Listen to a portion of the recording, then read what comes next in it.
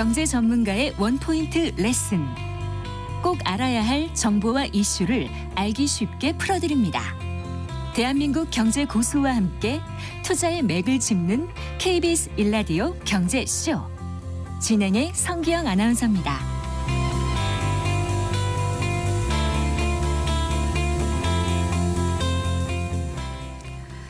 네, 온라인 쇼핑몰에서 입점 업체의 그 중개 거래라든가 판매 수수료 명목으로 부과하는 수수료가 최고 35%나 된다고 합니다.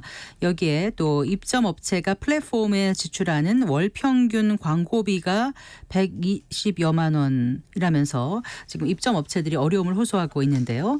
자, 온라인 플랫폼 입점 업체의 수수료와 광고료 비용 부담 어느 정도인지 자세히 알아보고요. 상생을 위해서는 무엇이 필요한지도 생각해 보겠습니다. 중소기업 중앙회 손성원 소상공인 정책실장 스튜디오에 모셨습니다. 반갑습니다. 네, 안녕하세요. 안녕하세요. 네. 7월 초에 중소기업 중앙회가 2024년 온라인 플랫폼 입점 중소기업 거래 실태 조사를 발표하셨더라고요. 네, 어떤 내용인지 자세히 알아보기 전에 저희가 이제 중소기업 하면은 우리 기업, 우리 경제의 혈맥이다 이렇게 표현을 하고 정말 많은 근로자가 중소기업에서 일하고 있고 우리 경제에서 차지하는 비중이 굉장히 크지 않습니까? 중소기업 하면은 분류가 어떻게 되는 거죠, 정확히요? 네. 기업의 규모에 따라서 이제 분류를 하는 게 첫 번째인데요. 기업의 규모라고 하면 이제 매출액. 과거에는 이제 자산이라든지 종업원 수 기준으로 했었습니다만 최근 한 10년 사이에 매출액과 업종을 같이 연계를 지어서 제조업이냐, 뭐 정보통신업이냐, 서비스업이냐 이렇게 매출 기준을 좀 별도로 구분을 하고 있어요. 그래서 가장 작은 규모라면은 소상공인이 되겠고요. 그 위에 소기업, 그 위에 중소기업, 그 다음에가 이제 중견기업, 그리고 대규모 기업 집단 소속기업 이렇게 좀 구분할 수 있겠습니다. 네, 그래요. 우리 총 기업체 수에서 차지하는 비중이 한 95%는 되겠죠, 중소기업이요? 99.9%. 그래요. 99.9%. 워낙에 이제 숫자 많으니까요. 근로자 수도 거의 90% 가까이 되지 않을까 싶어요. 종사자는 한 80% 정도 됩니다. 네, 그렇군요. 알겠습니다. 이렇게 중요한 그 중소기업들을 위한 중앙회에서 이제 일을 하고 계신데 사실 저희 방송국하고 굉장히 가깝잖아요. 가깝죠. 거리는요. 걸어올 수 있었어요. 날씨가 그래도 오시는 동안은 비가 안 와서 정말 다행입니다. 그 이제 내용을 좀 자세히 살펴볼게요. 저도 이걸 쭉 한번 뽑아봤습니다. 몇십 장의 그 이제 내용인데 구체적으로 어떤 내용인지 먼저 좀 말씀해 주세요. 저희들이 이제 이 온라인 플랫폼이라고 이제 표현을 하는데 과거에는 뭐 오픈마켓이라고도 부르기도 하고요. 소셜 커머스라고 부르기도 했었죠.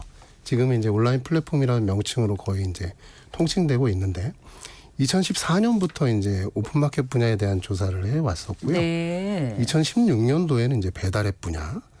그래서 현재는 해마다 오프라인에서는 백화점과 대형마트, 그리고 온라인에서는 오픈마켓과 배달앱, 숙박앱 이 부분을 해마다 조사를 해서 이제 동향을 발표를 하고 있습니다. 근데 이제 전체적인 어떤 통계라는 것보다는 한 1,000개 정도 업체를 대상으로 조사를 해서 최고 최저 부분들을 좀 중점적으로 보고 있죠. 이번에 이제 조사하게 된 거는 온라인 플랫폼, 그러니까 온라인 쇼핑몰에서 거래하고 있는 중소기업을 대상으로 한 거고 2024년 4월 24일부터 6월 12일까지 조사한 결과를 바탕으로 이제 이렇게 발표가 나온 건데요. 그 이번 실태 조사에 참여한 온라인 쇼핑몰 플랫폼들이라면 구체적으로 어떤 것들이 있고 실제적으로 판매 수수료가 얼마나 됐는지 궁금합니다. 업체별로 이제 플랫폼별로 한 100개사 정도의 거래 업체라고 생각하시면 되는데요.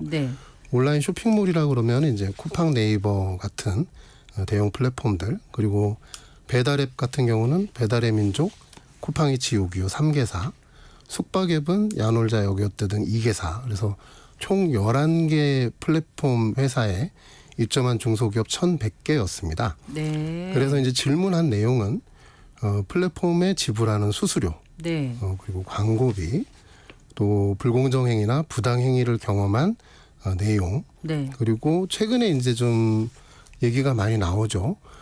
온라인 플랫폼 분야에 별도의 법률이 네. 필요한가?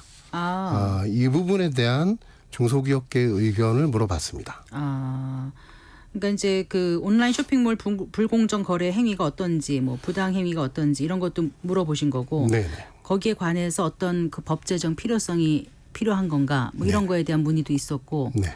또 실제로 법 개정에 배정을 할 경우에 실효성 확보를 위해서 어떤 조치가 필요할지 이런 것까지 쭉 이제 조사를 해보신 것 같더라고요. 네.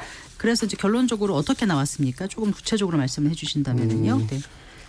온라인 쇼핑몰의 이제 수수료라고 하면 사실은 좀 천차만별인데요. 네네. 제일 낮은 곳은 뭐 6% 초반, 제일 높은 곳은 28% 거의 이제 30%까지 이제 올라가는 경우가 있죠. 네. 근데 이제 수수료라고 하는 부분은 사실은 플랫폼이 자체적으로 결정하는 겁니다. 어떻게 보면 당연한 얘기지만 백화점도 자기네들의 판매 수수료를 스스로 이제 결정을 하잖아요. 네. 다만 이제 공정거래위원회가 해마다 각 수수료를 조사를 대대적으로 해서 네. 발표를 하면서 그걸로 어떤 하향 움직임을 좀 유도해 내려고 하는 건 있죠. 그런데 2023년도 12월 달에 공정거래위원회가 유통업체별 수수료를 조사해서 발표를 했을 때 네. 백화점, 대형마트, 홈쇼핑 이런 곳은 어떻게 보면은 약간 정체기인 동시에 네. 수수료도 좀 낮아지거나 네. 정체 상태였지만 온라인 부분만 유일하게 수수료가 한 2% 정도 상승한 것으로 언제부터 나타났어요. 언제까지가요? 2022년도 거래라고 봐야 되겠습니다. 네. 2023년도에 전년도 거래를 조사하거든요. 네.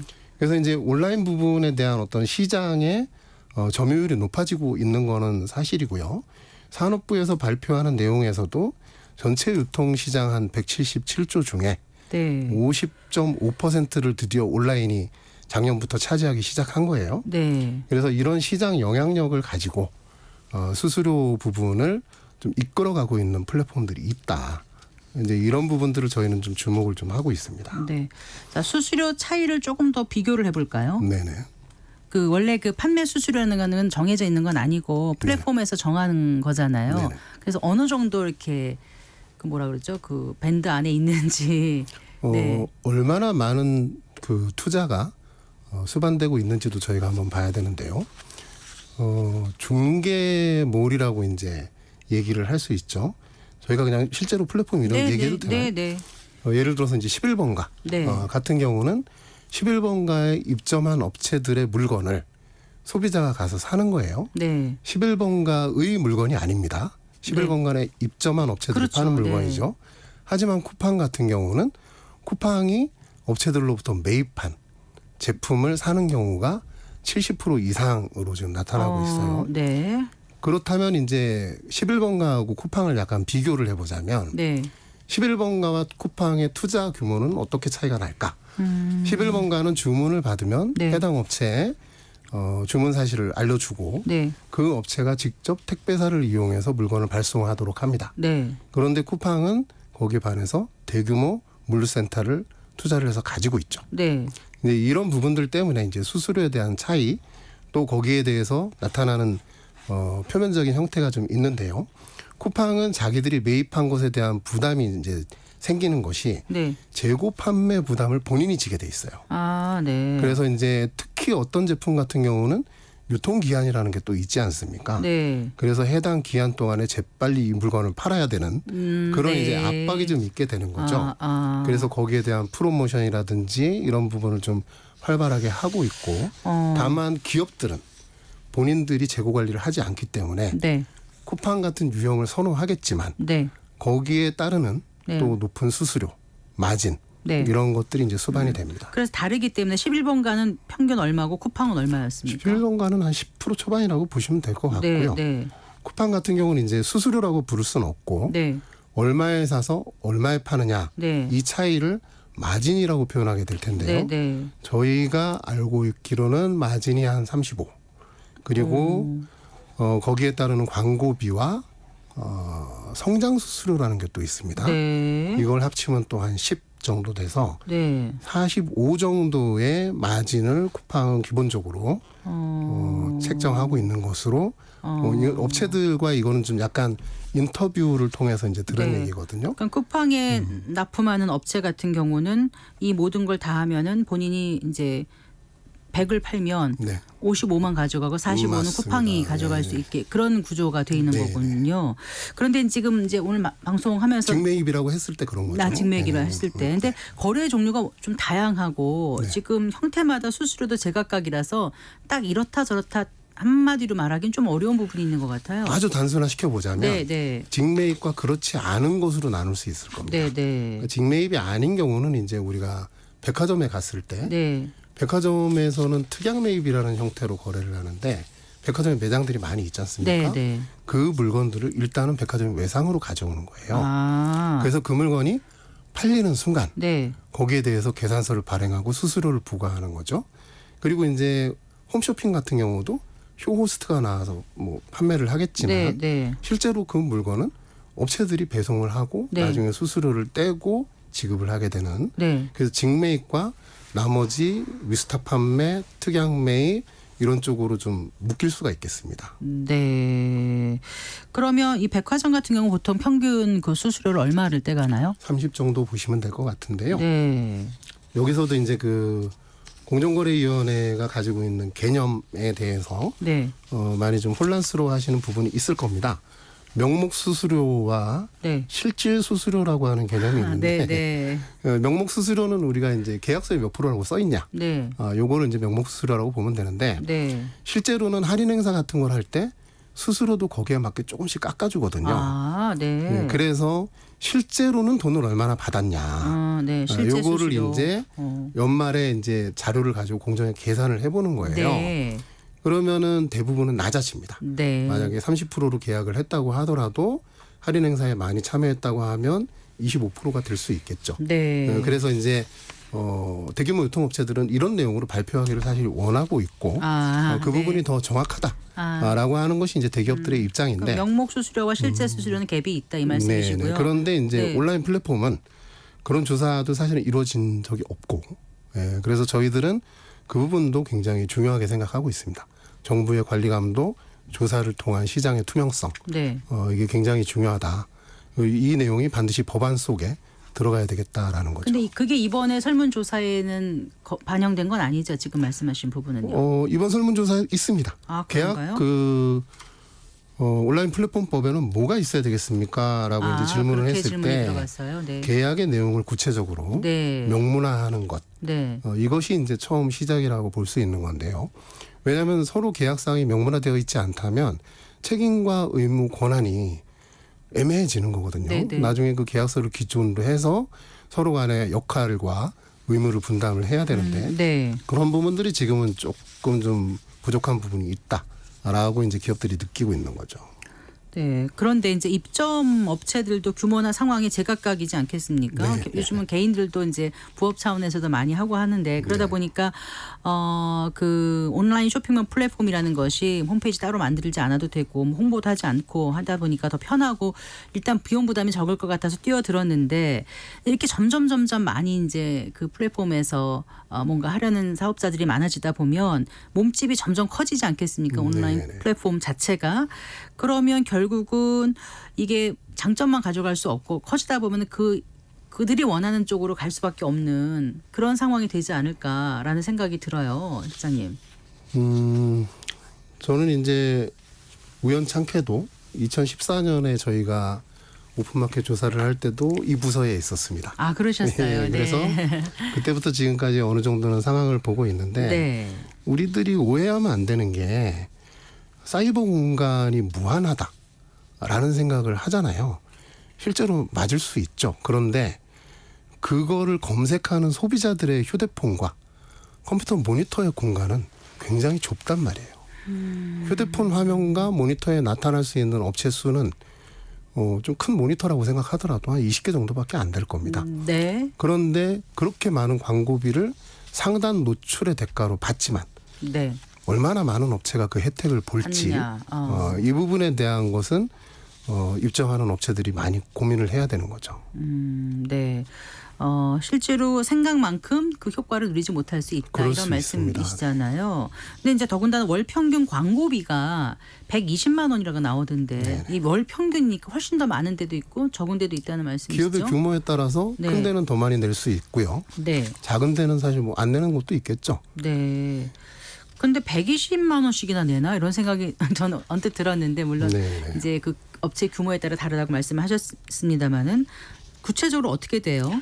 이번에 조사를 하면서 저희가 굉장히 많이 놀랬던 부분 중에 하나가 숙박앱의 네. 광고비 네. 부분이었는데 우리가 이제 숙박앱이라고 하면 큰 호텔 이런 걸 생각하면 안 되고요. 전국에 있는 모텔이라고 이제 일단 생각을 해야 될 것 같습니다. 네, 네. 숙박앱의 어떤 근본적인 시작이 각 지역에 있는 모텔에 대한 평가 게시판으로부터 이제 시작됐다라는 얘기가 있거든요. 네. 그럼 지역에 있는 모텔들이 내는 광고비가 얼마일 것 같습니까? 한 300만 원 이상 내거든요. 한 달에? 예. 네. 근데 지역 모텔이 그 동네에 있는 식당보다 그렇게 매출이 클까 하는 생각을 해보면 모텔은 아무리 잘 돼봤자 그 방 개수가 요한한 거거든요. 네. 하지만 식당은 매출이 막 높고 잘 되는 날이 있을 수 있죠. 근데 뭐 배달앱에 비하면은 숙박앱의 광고 규모는 네. 어떻게 얘기해야 될까요? 한 5배 이상은 나오고 있다. 근데 이제 이 부분에 대해서 사실 우리 생활하고 그렇게 근데 광고를 안 맞닿는 하면 부분은 아예 아니에요. 못 하지 않을까요, 영업을? 저 밑에 보이지도 않는 곳에 가 있는 그러니까요. 거죠. 네. 예. 그리고 이제 제가 이번에 좀 놀랐던 것 중에 하나가 만약에 이제 객실을 뭐 10만 원짜리를 내가 8만 원에 프로모션을 좀 하고 싶다. 네, 네. 근데 이거에 대한 자율적인 결정권이 네. 굉장히 좀 이상하게 되어 있다. 300만 원이라고 하는 그 광고비 속에는 약 80만 원 정도의 쿠폰 할인 금액이 들어 있습니다. 네. 그 내가 내 물건을 객실을 싸게 내놓기 위해서 네. 광고를 사야 되는 거예요. 아. 내 물건을 싸게 낮추긴데 그래서 이건 좀 기형적인 시장이 아니냐. 또 공정위에도 저희가 강력하게 얘기를 했고 네. 검토를 해달라. 네. 거기에 입점해 있는 업체들도 어떻게 보면 그 플랫폼의 논리에 네. 좀 묻혀 있는 거예요. 네. 상식적으로 봤을 때 이 부분은 좀 우리가 깨고 나갈 필요가 있습니다. 네, 그래요. 그래서 이번 이제 입점 업체를 대상으로 방금 전에 말씀하신 그게 좀 불공정한 게 아니냐, 뭐 네네. 부당한 게 아니냐 이런 거에 대한 의견도 받아서 네네. 전달도 하고 또 이렇게 이제 조사 결과를 발표를 하셔서 네. 이게 이제 앞으로 뭐 법제화가 된다든가 여러 가지 차원에서 좀 참고 자료가 될 거라는 생각이 듭니다. 어쨌거나 그래서 어떻게 보세요? 이 플랫폼의 불공정 거래라든가 부당행위 등이 있다라면 거기에 대한 이제 규제가 법적으로 있어야 되는 게 아니냐 이런 논의도 있고 또 한편으로는 좀 자율 규제를 해야 된다는 그런 논리도 여전히 있는 것 같은데요. 쭉 조사해 보시면서 어떤 생각을 하시게 되셨는지. 지금 이제 정부와 국회 이쪽에 이제 몇 가지 축이 있습니다. 네. 우리 정부에서는 공정거래위원회는 약간 규제 쪽으로 시각을 가지고 있고요. 네. 방통위도 비슷합니다. 또 하나 이제 과기부는 네. 우리나라의 플랫폼들이 전 세계가 자기들의 고유 플랫폼을 가지고 있는 국가가 몇 개 없다. 그렇기 때문에 우리는 우리 플랫폼들이 발전할 수 있는 지원책도 고민을 해야 되지 않느냐 네. 하는 것이 이제 과기부의 생각이에요. 그리고 정부는 자율규제 우선 네. 기조를 가지고 있습니다. 네. 그래서 재작년부터 이제 자율규제에 대한 것을 논의를 좀 하고 있고요. 저희는 뭐 공정위 과기부 이쪽에 다 참여를 하고 있어요. 네. 당사자로 참여를 하고 있는데 자율규제가 작년 3월 달에 배달앱 분야에서 발표가 됐고 5월 달에 이제 오픈마켓 분야가 발표가 된 이후에 숙박앱 쪽을 해야 되는데 굉장히 좀 지지부진하게 실적이 좀 안 나오고 있죠. 네. 그런데 저는 자율규제를 어떻게 생각하냐면 법률이라고 하는 것은 우리가 최소한의 도덕이라는 얘기를 하잖아요. 아주 최소한의 부분으로 법률을 규정해놓고 그보다 더 포괄적인 부분은 상생협력의 차원에서 접근할 수 있는 것이 아니냐. 네. 단적인 예가 2011년도에 대규모 유통업법이 이제 시행이 되면서 네. 네. 백화점과 대형마트 또 홈쇼핑 업계가 공정거래위원회에 별도의 법률로 이제 규제를 받게 됐습니다. 네.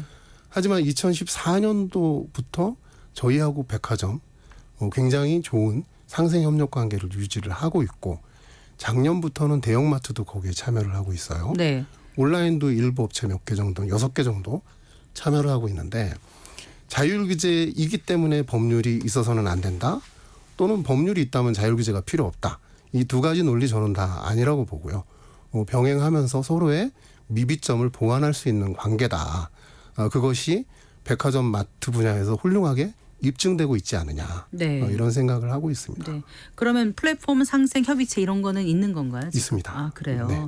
앞으로 그 글로벌 경쟁력을 가지기 위해서 국내 플랫폼하고 네네. 업주, 입점주들이 함께 그 살아가는 생태계를 만들어야 될 것 같은데 어떤 노력이 필요하다고 보시는지 끝으로 제가 글로벌 얘기하시니까 아마 이제 알리테모 등 이제 세이커머스 그 얘기인 공습이 것 아주 같은데요. 무섭지 않습니까? 기세가. 네. 사실은 이 얘기 나올 때 좀 개인적으로는 굉장히 좀 씁쓸한 느낌인데요.